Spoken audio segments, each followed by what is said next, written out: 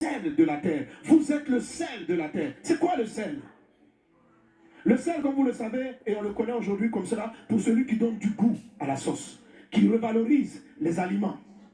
Mais le sel, dans le passé, n'était pas utilisé seulement pour revaloriser, pour donner du goûter aux aliments. Le sel est l'élément que nos parents, avant les réfrigérateurs, utilisaient pour conserver les aliments. Dans les endroits où il n'y a pas d'électricité, on prend le sel, on prend le poisson, on prend la viande et on la met dans le sel. Et quand elle est dans le sel, elle ne pourrit pas. Alors, du temps de Jésus, il n'y avait pas de réfrigérateur. Quand Jésus dit vous êtes le sel, il n'est pas en train simplement de parler du goût. Il est aussi en train de parler que c'est vous qui empêchez la terre de pourrir. C'est vous qui empêchez la terre de devenir de plus en plus mal. Donc quand il dit vous êtes le sel, il faut voir l'époque. Il n'y a pas de réfrigérateur. Le sel ne sert pas simplement à donner de la saveur aux aliments, mais le sel servait à la conservation des aliments. Notre monde est sous la puissance du malin. Il est en train de pourrir.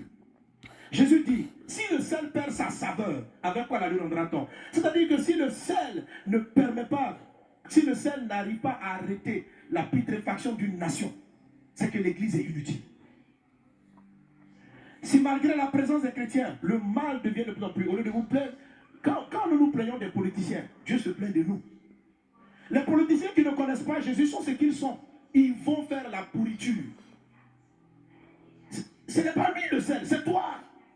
La question à te poser, qu'est-ce que toi tu as fait pour empêcher que le ministre soit corrompu? Est-ce que vous savez que peut-être qu'il y a quelqu'un qui devait être assis au bureau du ministre le jour où il était en train de faire son détournement, une sœur en crise devait être là pour lui dire, pour prier pour lui parce qu'elle savait le projet qu'il allait faire, intercéder pour lui et le conduire dans la bonne voie. Il y a une jeune fille qu'on appelle une nounou qui a mis la paix entre Israël et la Syrie.